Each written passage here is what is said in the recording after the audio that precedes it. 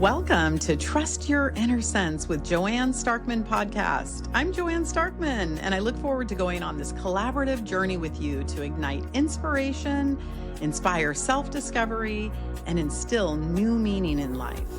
I'm excited to host a wonderful array of guests, including innovators, creatives, expert coaches, teachers, and much, much more who come together to share their stories. Each episode reveals how they've embraced their inner sense to pursue their passions and shine their unique lights in the world.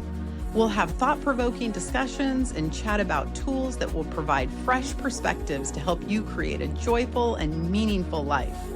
As founder and chief visionary officer of award-winning hair care brand Inner Sense Organic Beauty, I am also an avid meditator, platform artist, author, and mother of a special needs young adult. Over 20 years ago, I intentionally brought mindfulness to morning routines by authoring each affirmation on Inner Sense Organic Beauty's products, which we call Imperfections. You can check them out on the back of the bottle. It's my goal to have this podcast to be your warm and compassionate companion, whether you're on a journey for deeper meaning, seeking greater joy, or in need of love and healing. Let's continue our journey of self-discovery, self-care, and self-love. I'm so glad you're here. Let's dive into this week's Trust Your Inner Sense episode now. Welcome, friends. I'm so excited for you to meet Katie Hess. She's an expert of flower alchemy, using the healing power of flowers to awaken our true potential. She travels in search of rare flowers with the healing qualities most needed today, from the forest of British Columbia to sacred sites of India, rainforests in Costa Rica, hot springs in Iceland, and jungles of Taiwan. Katie captures the activating life force potential of flowers and translates it into an accessible method to bring more happiness into our daily lives. One of the most sustainable forms of natural medicine, flower remedies are known for their short-term benefits like clarity, focus, and sleep, with long-term benefits of rapid personal growth. Having gathered empirical research from thousands of private clients, Katie's created a flower essence library with over 150 elixirs, now used by people in more than 50 countries. I'm so excited to have you. Welcome, Katie. Thank you so much for being here. I'm I so feel excited to like be here, yeah, thank you. I mean, we've known each other for quite some time. I was reminiscing on, it's been like probably 10 years. And just thinking back to first meeting at the Indie Beauty Expo in New York, and Yeah. just being so drawn and gravitated towards what your whole purpose and passion is. It just speaks to me so profoundly and so deeply. And I feel so honored that you're here today. So thank you so much for taking the time out to be here. Oh my God. I'm so excited to be here. Yeah. So before we dive in for our Yay, thank you. So before we dive into for our listeners new to the power of flowers, can you explain what flower remedies are? Yeah, so they are the bioenergetic imprint of a flower. So it's like the subtle energy or the electricity that's being emitted from the flower. And it's really more of like a homeopathic essence, and it moves through your acupuncture meridians. It's the same meridians that when you get needles put in, the flower essences are moving throughout your system and your subtle bodies. We're really working with 21 grams of you, I like to say, because when we leave the body at the moment of death, they've weighed the consciousness and it's about 21 grams. So the flower essences are working directly with that 21 grams of you. That's the most essential part of you that we're most interested in. And that's the level that we're working at.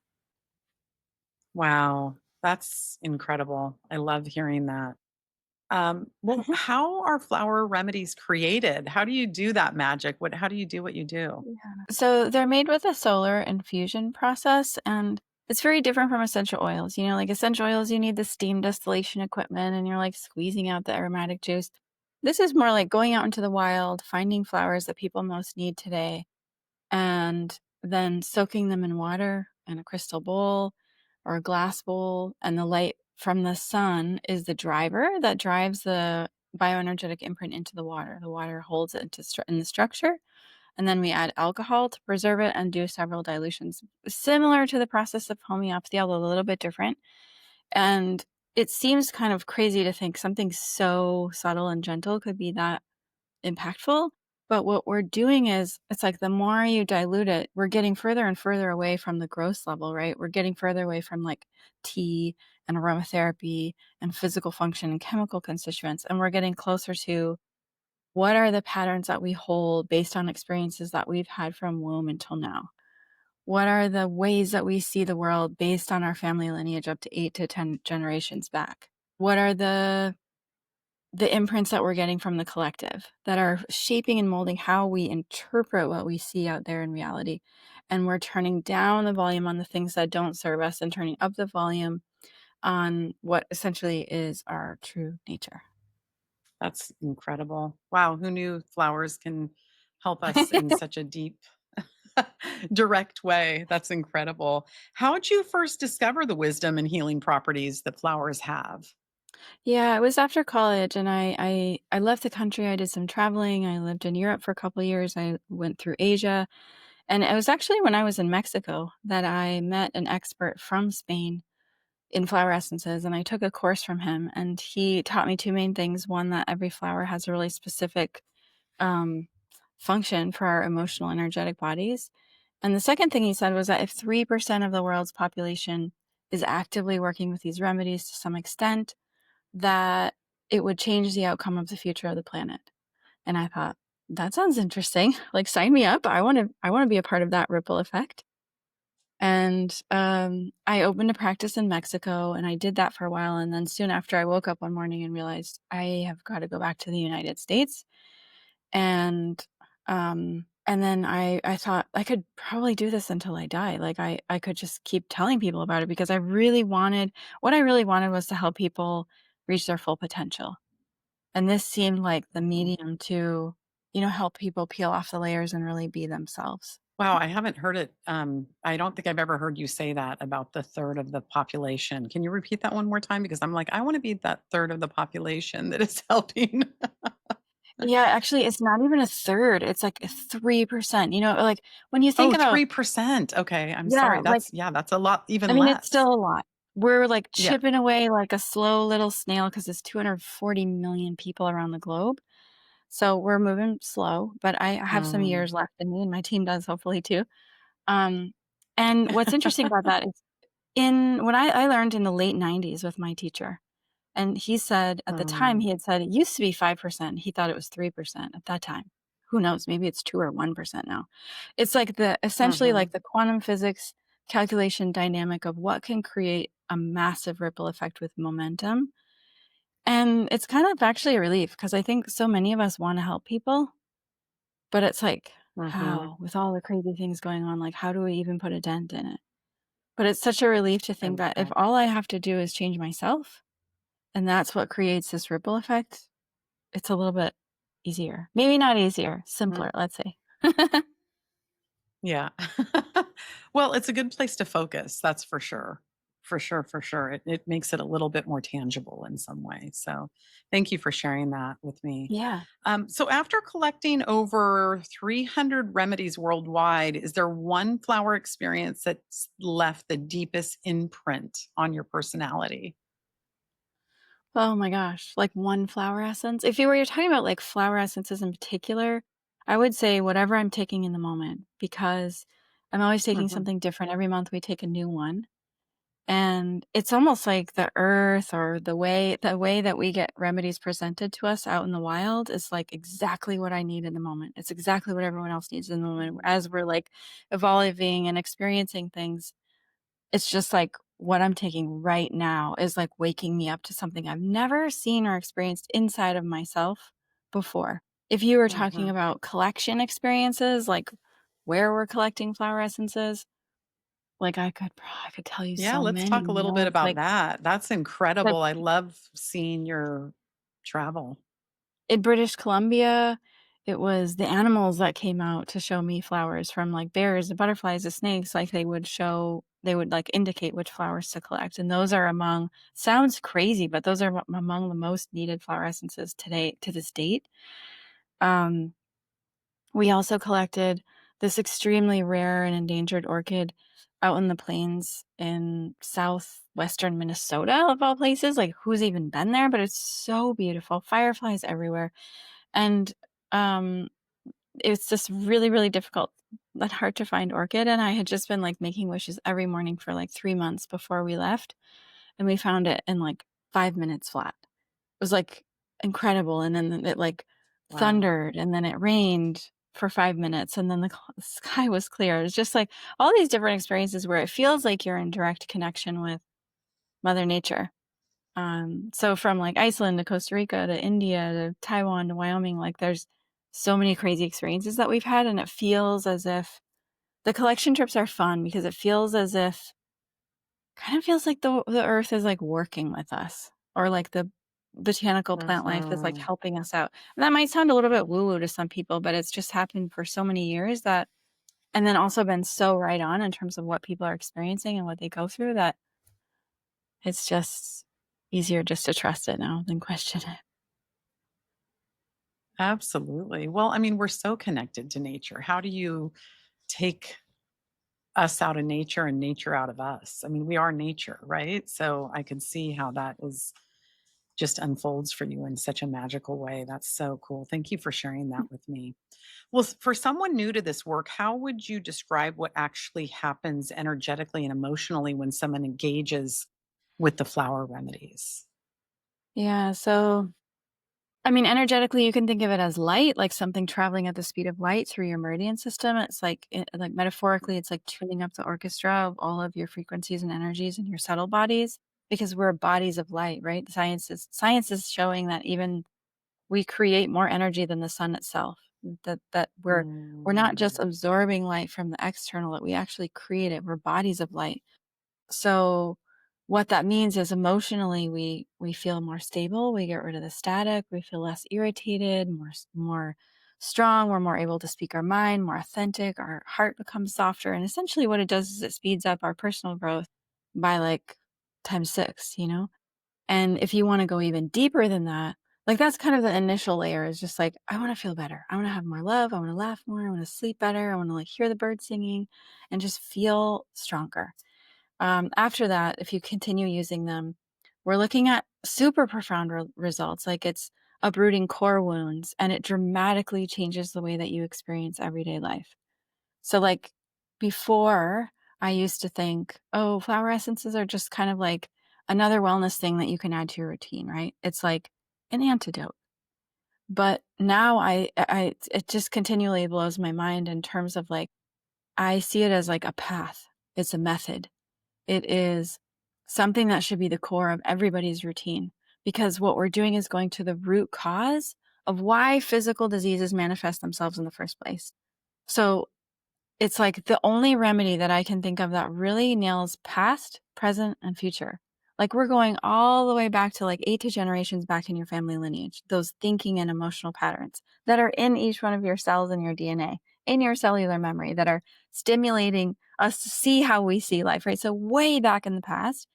And then obviously the present in terms of how we feel, but also in the future, because as we know, 99% of all physical illnesses are caused by stress. So if we can uproot the causes, like, I don't even know how many diseases I'm preventing for myself from taking flower essences regularly. Like, how many cancers am I preventing right now in the future because I'm uprooting the emotional causes that would lead to that case. So, pretty much the only thing I've seen that could do that is meditation, but even that is, like, requires a qualified teacher. You wanna sit for hours a day, right? It's, like, so much time. So, this is, like, something that people can just, like, put into their everyday life, drop in your water bottle, put in your coffee, put in your tea, and that's it. It's, like, so plug and play. You don't even have to believe that they're gonna work. You don't even have to believe in it. You just, like, do it, right? And then Right. and then you see some interesting things happen. Oh, I've experienced that for myself personally, for sure, over the years. working with different ones that are just even like sitting on my desk and, using them and yeah, just watching shifts before my eyes. So thank you. I'm getting very inspired. I'm looking forward to digging in deeper for sure. Well, can you share like a specific transformation that you saw in somebody or Mhm. yourself, or like one that just comes to top of mind, like with a specific remedy I that they mean, were working on? Somebody came to you with a specific problem yeah, and there's how that worked for so them? many. I mean, you can Yeah. look at it as like if you would just ask me like, what have you seen in the last few years? I would say, after 2020 and 2021, people experience a lot of like separation and a lot of grief.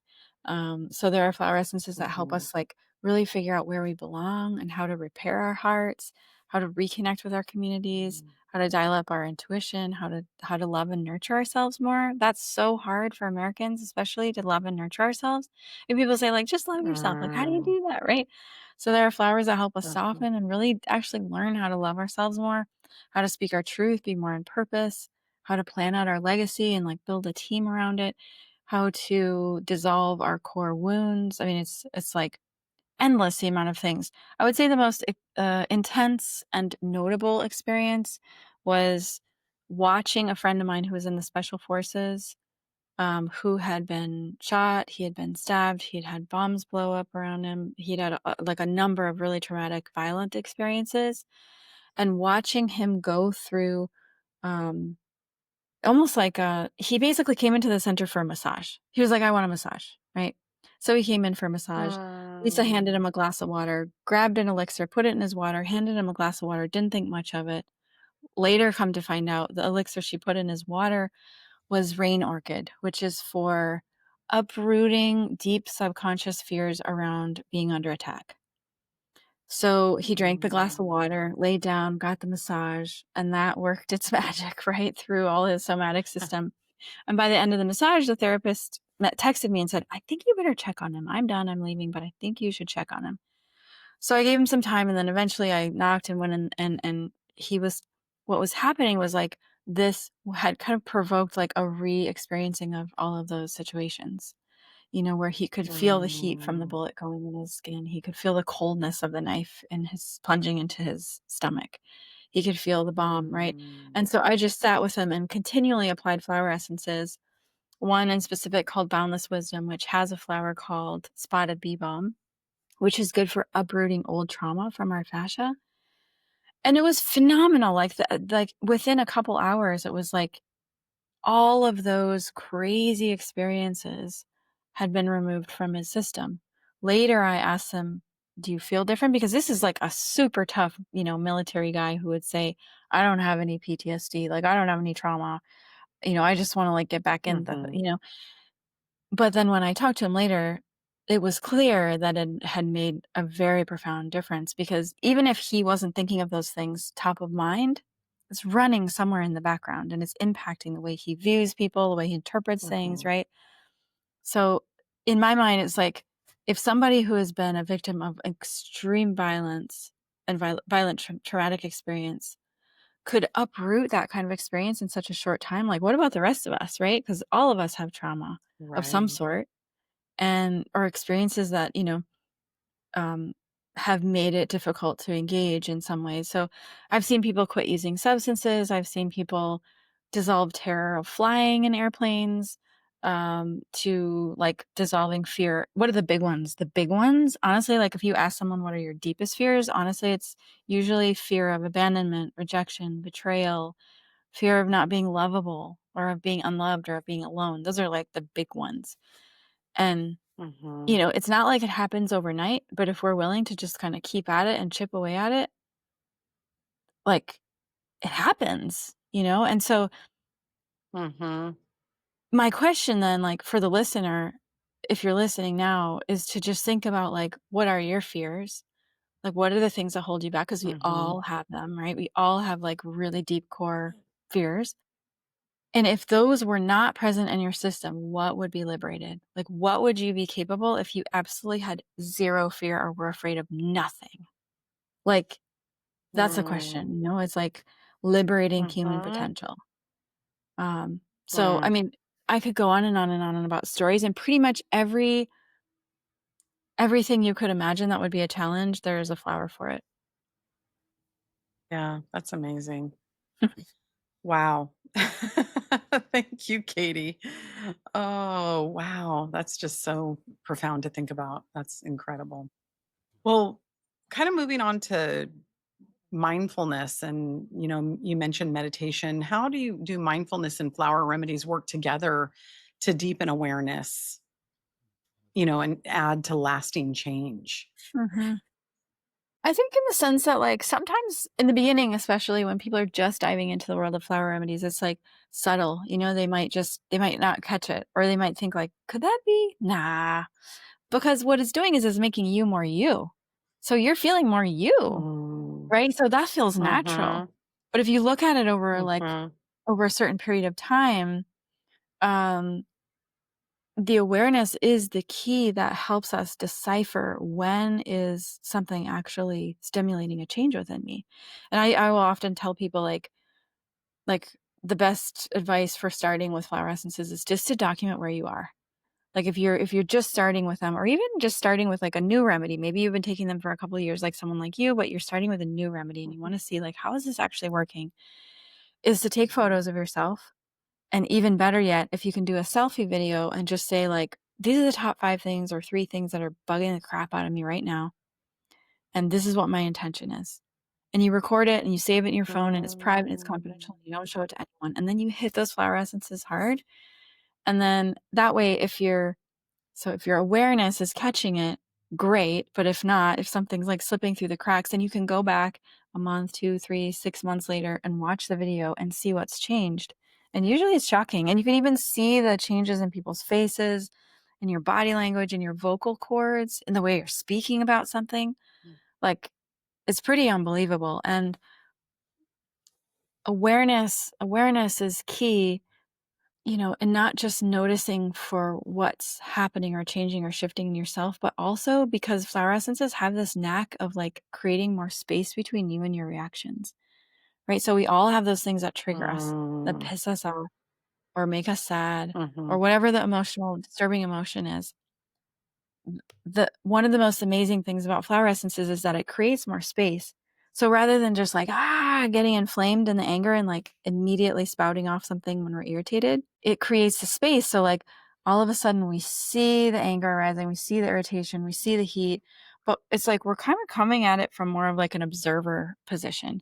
Like, oh, this is the experience of anger. Do Mm. I want to shout, or do I want to just walk away? Like, there's a little bit more, like, awareness in terms of something arising within us and not, like, becoming it, if that makes sense. Mhm. Yeah, no, this is so inspiring. I'm getting off this podcast right now, and I'm gonna do a little video message to myself and see. It's awesome. And Love then it. I need to restock. I'm like, I've got specific things I'm working on, so thank you for that recommendation. I will be putting an order in and taking a video journal of my path over here. So, anyway. Okay, well, founding Lotuswei and Self Arising Nature Center is both visionary and entrepreneurial. What have been the greatest lessons in building a mission driven business rooted in such subtle and profound work? Mm.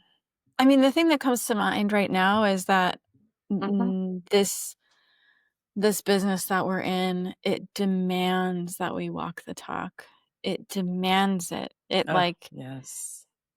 like, people in our community are willing to evolve themselves, right? And we're willing to be honest and vulnerable about whatever it is that's coming up. And things are constantly changing. Nothing is staying the same. And really, that's how things should be. It's like I hear Mhm. stories from people who come from a more corporate world where their opinions aren't valued, or Mm. I don't know, it's just a different kind of experience than the one that I know here, which is like things are just constantly changing. They're changing personally, emotionally, professionally. Like, we're all in a space in Lotus Way now where, like, everybody is sort of like, where I think you're in a similar position, rewriting the position of the role of what we're doing in our company. And and and Mhm. everybody's evolving, and that's how it should be, right?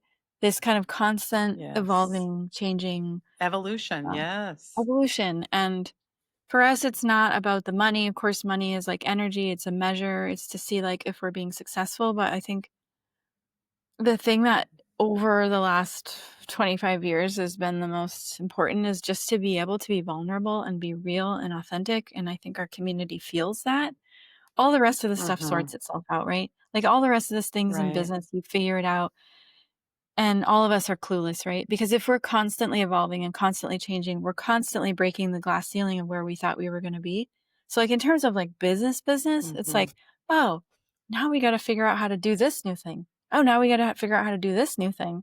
So it's just like constant Right. changing, figuring out, reiterating and redefining ourselves. And I think the faster that we can Hmm. pivot and redefine who we are on all levels, I guess that's the biggest insight that I've gotten. Yeah. Well, very well put. Thank you for that. Yeah. Do you have any advice to any entrepreneurs out there, who want to align their business maybe with a deeper purpose, or like where would somebody start in that regard? Yeah, I would say look at what's most important to you. Like, what is the, like, sit down with your values and like have a talk with yourself. Like, what is the most important thing to you? And sometimes the way to do that is actually to reflect on death.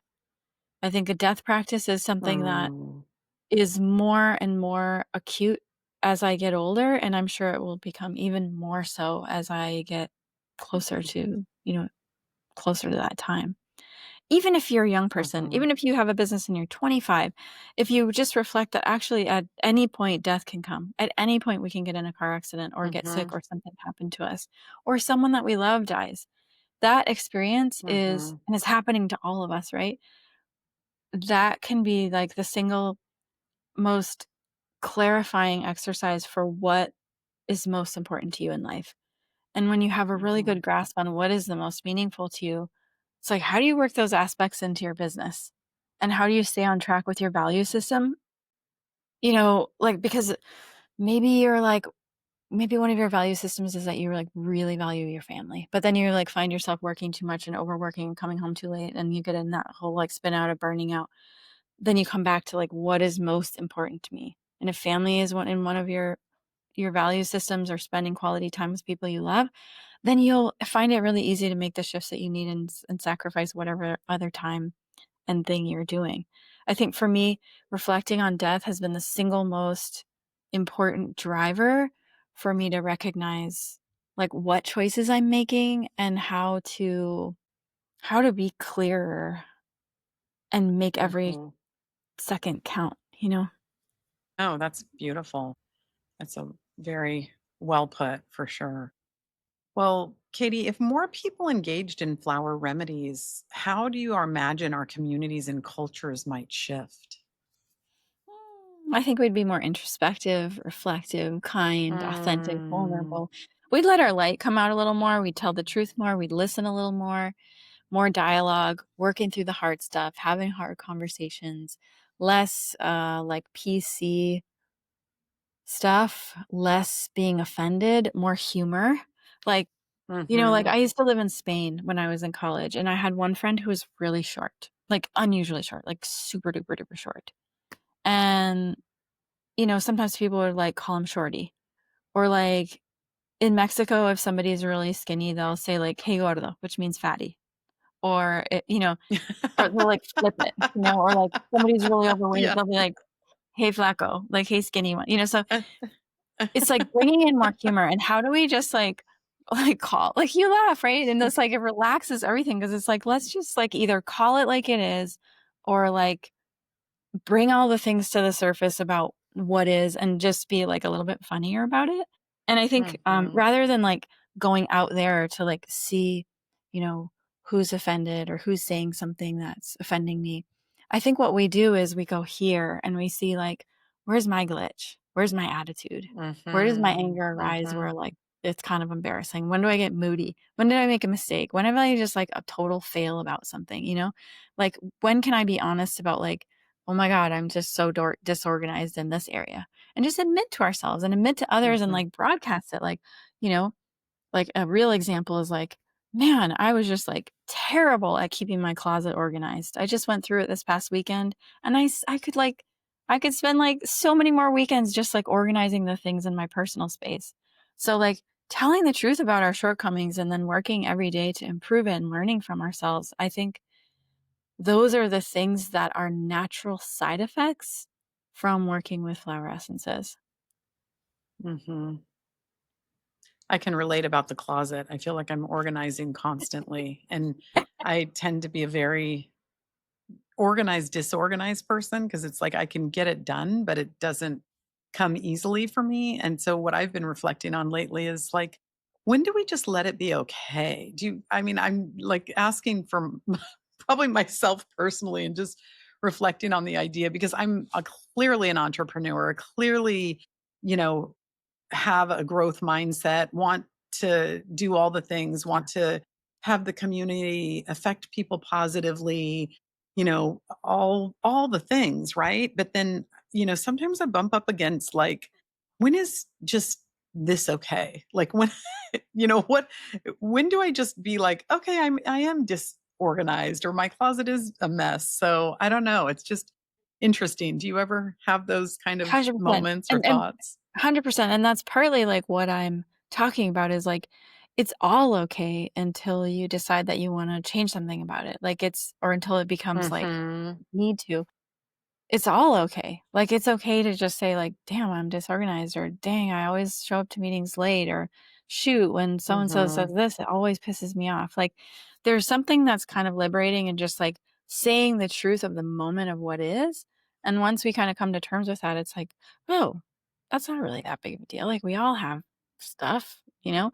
And then at a certain point, there's something inside of us that's like, "I am curious about a different reality," and then we shift to tweak things and change things, and then we have a different reality, right? I mean, ultimately, it's Right. all okay. Ultimately, it's all perfect. Uh, Well, when you look back years from now, what legacy do you hope to leave through your teaching, remedies, and the people you've touched?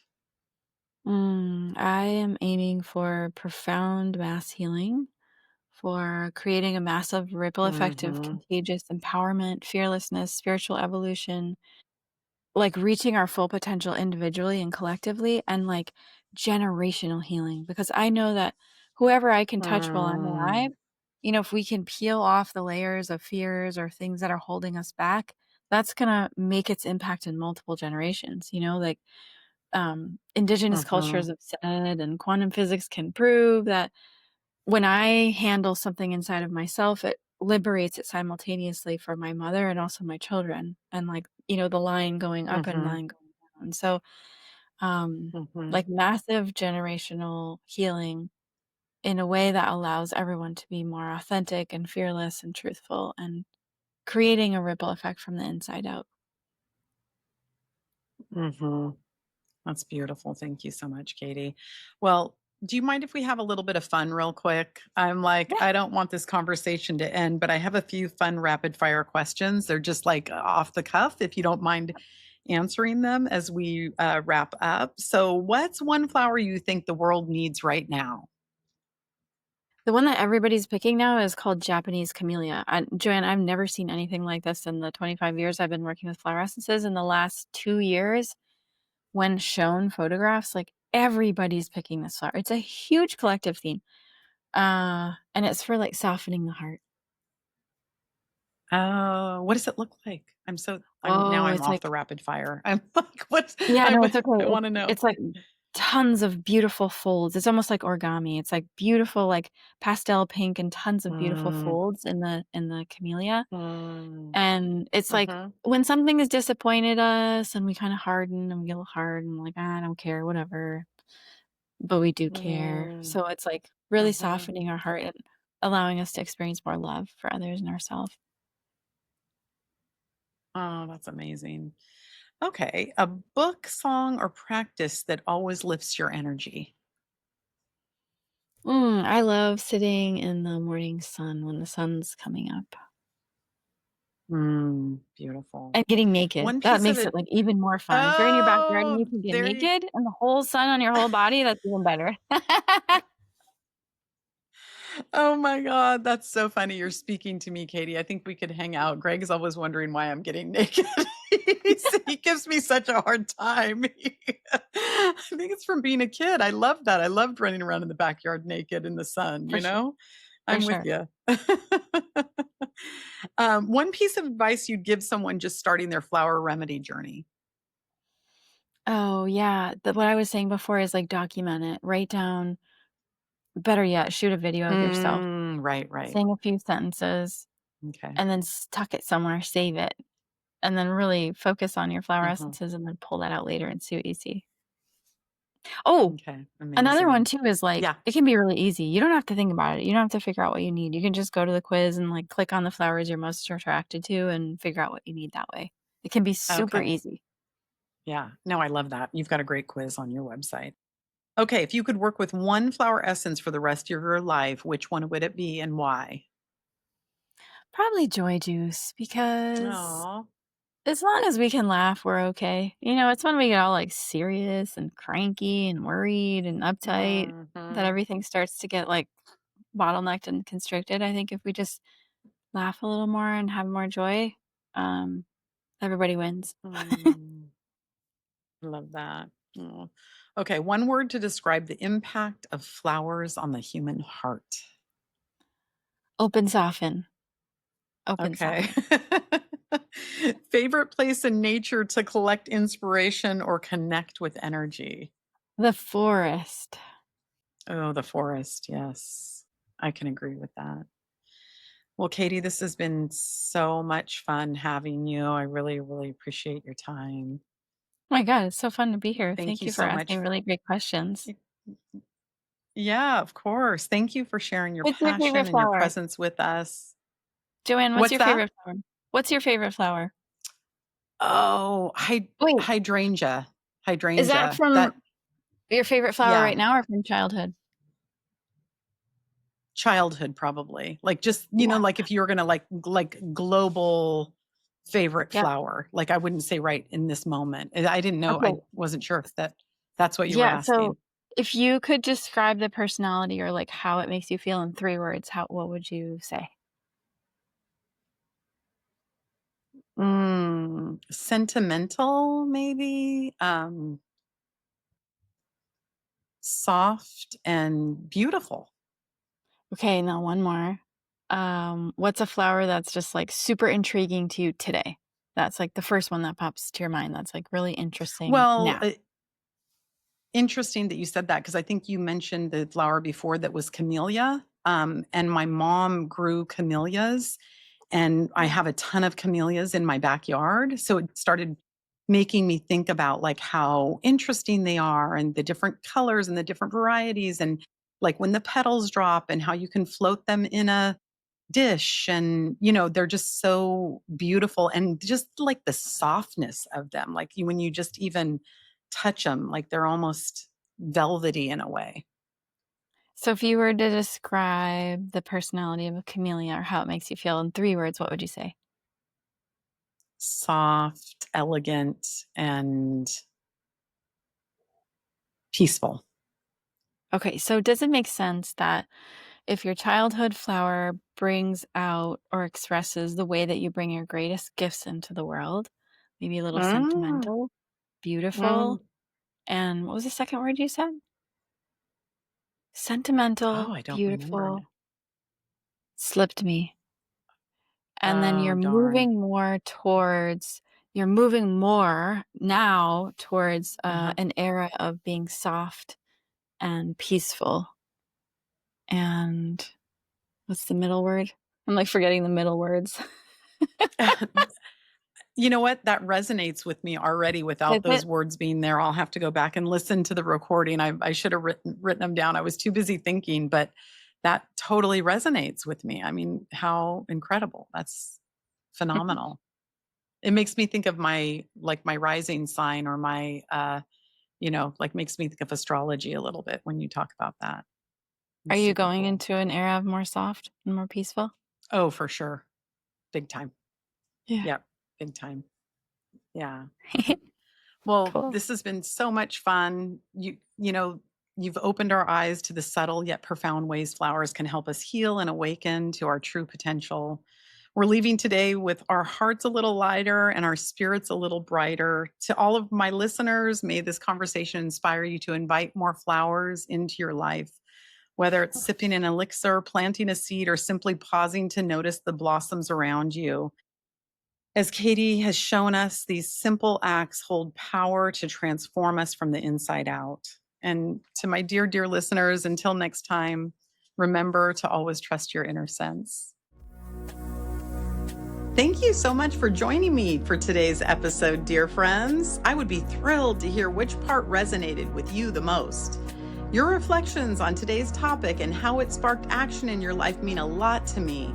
Feel free to share your thoughts at podcasts@innersensebeauty.com or leave a review. I look forward to you coming back next week to explore another exciting topic together. If you'd like to dive deeper, be sure to check out the show notes for some valuable links. Until we meet again, take good care of yourself. Know that you are surrounded by love and always trust your inner sense. Wishing you all the best, friends.